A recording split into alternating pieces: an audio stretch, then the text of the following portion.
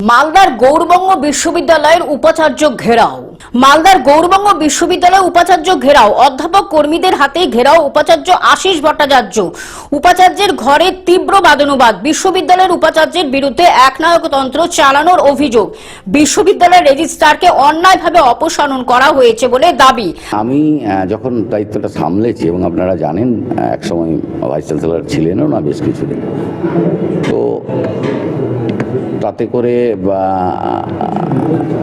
ভালোবেসেই করেছি, কারণ এই প্রতিষ্ঠান থেকে অধ্যাপকদের একাংশ বলছেন, অধ্যাপকরা বলছেন যে একনায়কতন্ত্র চালাচ্ছেন উপাচার্য। আপনি কি সহমত? আপনার তাই মনে হয়েছে একসঙ্গে কাজ করেছেন?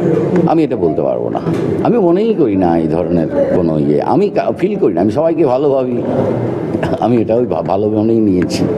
আন্দোলনকারীদের দীর্ঘদিন ধরে ইসি কমিটির কোনো বৈঠক না হওয়া, বিদ্যালয় দীর্ঘ কয়েক বছর ধরে সমাবর্তন না হওয়া, নিরাপত্তার দায়িত্বে থাকা এজেন্সি মেয়াদ পূরণের পরেও নতুন কোনো এজেন্সি নিয়োগ না হওয়া সহ একাধিক দাবিতে আন্দোলন। যেগুলো বিশ্ববিদ্যালয়ের যে স্ট্যাটুট রয়েছে, গভর্নমেন্টের যে নিয়ম রয়েছে, গভর্নমেন্টের অ্যাক্ট রয়েছে, সেই অনুযায়ী উনি কাজ করছেন না। ফলে আমাদের মূল কথা হচ্ছে UGC as well as state government অর্থাৎ গভর্নমেন্ট অফ ওয়েস্ট বেঙ্গলের যে নিয়ম রয়েছে হায়ার এডুকেশনে, সেই সঙ্গে সঙ্গে আমাদের ইউনিভার্সিটির যে স্ট্যাটুট রয়েছে সেই অনুযায়ী ওনাকে কাজ করতে হবে। উনি কোনো স্ট্যাটুটকে মান্যতা দিচ্ছেন না, উনি অ্যাক্টকে মান্যতা দিচ্ছেন না, এইগুলো আমরা লক্ষ্য করেছি। সেই জন্যই আমরা আসতে বাধ্য হয়েছি। রেজিস্ট্রারের অপসারণ আমি যতটুকু জানি যে রেজিস্ট্রারের দায়িত্ব এক্সিকিউটিভ কাউন্সিল দেবে। ইউনিভার্সিটির এক্সিকিউটিভ কাউন্সিল রয়েছে, সেই কাউন্সিলের মিটিং করে উনি রেজিস্ট্রারের দায়িত্ব দেবেন। মানে মূলত অ্যাপয়েন্টিং অথরিটি এক্সিকিউটিভ কাউন্সিল।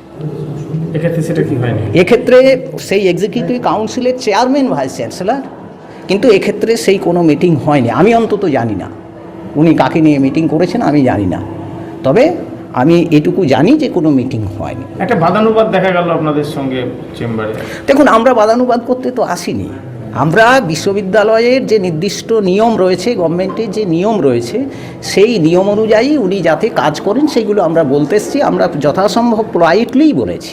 উপাচার্যের বিরুদ্ধে আন্দোলনে সামিল হয়েছেন তৃণমূল প্রভাবিত সারা বাংলা শিক্ষা বন্ধু সমিতির সদস্যরা।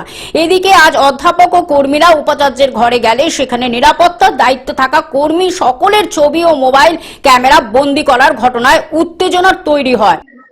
মূলত ওনাদের যেটুকু বুঝতে পেরেছি যে আমাদের যিনি রেজিস্ট্রার অ্যাডিশনাল চার্জ এই মুহূর্তে আছেন ডক্টর বিশ্বজিৎ দাস, উনি একটা লিভ অ্যাপ্লিকেশন করেছিলেন, প্যাটার্নিটি কাম চাইল্ড কেয়ার লিভ 26 দিনের।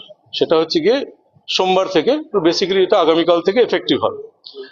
তো সেই লিভটা উনি দিয়েছিলেন এবং সেখানে ফার্স্ট প্যারাগ্রাফে উনি গভর্নমেন্ট যে রুলস অ্যান্ড রেগুলেশন আছে সেটাকে সাইড করে উনি লিভ চেয়েছিলেন আমার কাছে। ওয়েল এন্ড গুড, কোনো অসুবিধা কিছু নেই। সেকেন্ড প্যারাগ্রাফে উনি যেহেতু লাইব্রেরিয়ান, ফলে ওনাকে তাই ছুটিতে গেলে পরে যে লাইব্রেরিয়ানের চার্জ একজনকে বোঝাতে হবে এবং রেজিস্ট্রার অ্যাডিশনাল চার্জ উনি আছেন, সেই দায়িত্বটাও বোঝাতে হবে কাউকে। উনি ওখানে লিখে দিয়েছেন যে দুজনের নাম করেছেন যে তাদেরকে ডে টু ডে অ্যাক্টিভিটির জন্য তাদেরকে দায়িত্ব দেওয়া হোক। তো যাই হোক, আমি ওনার সঙ্গে পরে কথা বললাম। উনি বললেন যে স্যার আমার ছেলে, একই ছেলে, ওনার ছেলে পরীক্ষা দেবে, সেই কারণে ছুটি। ঠিক আছে, আমি তাহলে এটা অ্যাপ্রুভ করে দেবো, করে আপনাকে পাঠিয়ে দেবো। মালদা থেকে অভিষেক দাসের রিপোর্ট, গ্লোব নিউজ। এখন থেকে গ্লোব টিভি দেখুন আপনার স্মার্টফোনেও। গুগল প্লে স্টোর অথবা অ্যাপল স্টোর থেকে ডাউনলোড করুন গ্লোব টিভি লাইভ অ্যাপ। এছাড়া জিও টিভি অ্যাপ থেকে দেখুন গ্লোব টিভি লাইভ।